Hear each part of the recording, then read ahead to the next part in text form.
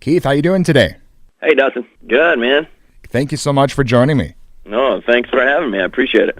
Well, today we're talking about your new film you got here, Shifting Gears. Can you tell the listeners a bit about the new film? Well, Shifting Gears is a sports comedy that centers around dirt track racing. That's the quick and the dirty. The short synopsis is it's We Bought a Zoo meets Days of Thunder on a dirt track. Excellent. Well, you wrote and produced the film as well, is that right? I did. That's great. I mean, obviously this is an important film for you, coming out here soon, Shifting Gears, and John Ratzenberger's in it as well, so I mean, looking forward to the film. Yes, thank you so much. Yeah, Shifting Gears is actually wrote the first draft of the script back in 2005. A buddy of mine, Rick Kennedy, he worked at a garage for like 10 years and kind of kept a funny journal of things that had happened to him, and had a loose idea of a story kind of based around the fact that him and some buddies used to run a dirt track car. And I took those journals and, fleshed out the story. And so there's moments that happen throughout the film that, actually happened to him at the garage. And so that's that's sort of the genesis of the project. Well, and Keith, besides being an actor, you're producing, you're writing, you've directed some stuff. I mean, you're kind of a Keith of all trades.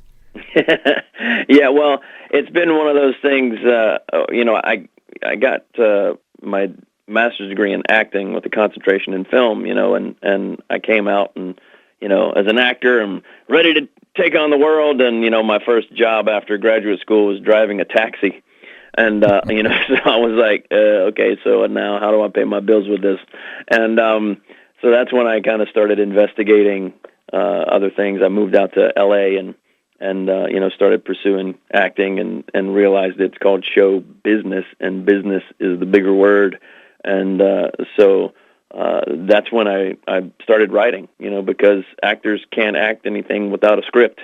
And so I started writing because I realized I had stories of my own I wanted to tell, and this is one that's close to home.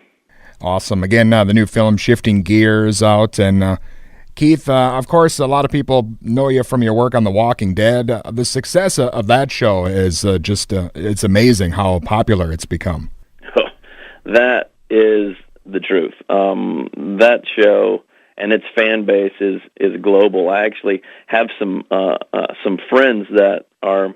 This is really funny. Early on, have some friends that left their corporate jobs and moved to Uganda to run an orphanage, and he was up one night in the middle of the night, couldn't sleep, and flipped on the channel. And was just kind of flipping around channels in Uganda, and my episode pops up with him, and I got an email from him the next day going, "What?" It was pretty funny.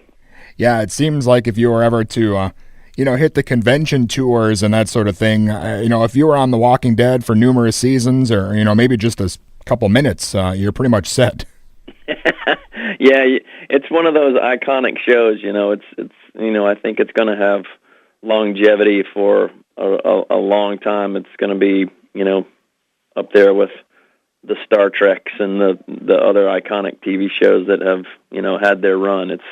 It's definitely broken ground as well. And pushed past some barriers, and have really brought that genre of drama to the forefront too. Well, do you have any idea how long you'll be on a show, when you sign on, or do they just kind of tell you, that day of that episode you're going to be killed today, or how does that work?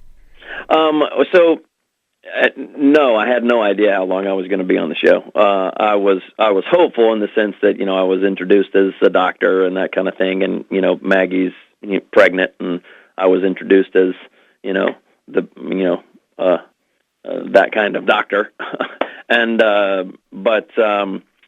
you just don't know, especially in the world of an apocalypse like this. Nobody's safe, and if Carl's not safe, certainly I'm not safe. But the thing that was neat about the show is Scott I had another buddy on the show, Brett Gentile. He played Freddie. He was another Hilltopper. Excuse me. And he had gotten, quote unquote, the call from Scott Gimple, and so he had told me about it, and I knew that something like that may happen at some point.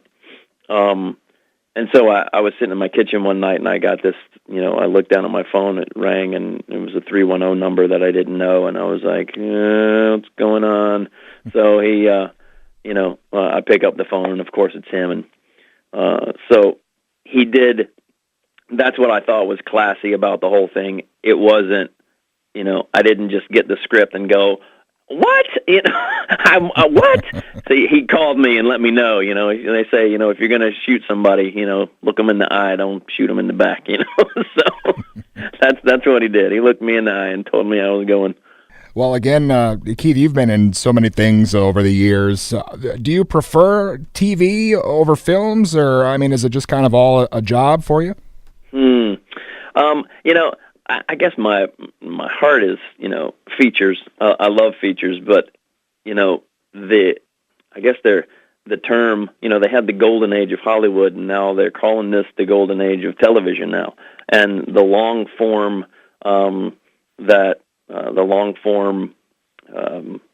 of telling stories, and, long story arcs like you can in the episodic television now, you just can't do unless you do, a Lord of the Rings or, 6 or 10 Star Wars movies, or, Sure. You can't, you have to have,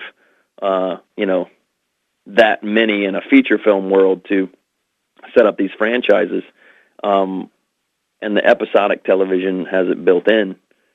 And the nature of that kind of storytelling has really grown. The production values have grown, and the types of stories that networks and other things other outlets are willing to tell now, have pushed boundaries and have really set television and episodic, series apart. So at the end of the day, that's kind of a long-winded way of saying, I love doing both. There is something to be said for, that steady paycheck. Definitely. Again, thank you so much for joining me. I'm looking forward to shifting gears and seeing you down the road here. Awesome. I thank you so much for having me. All right, you bet. Thank you. Bye-bye.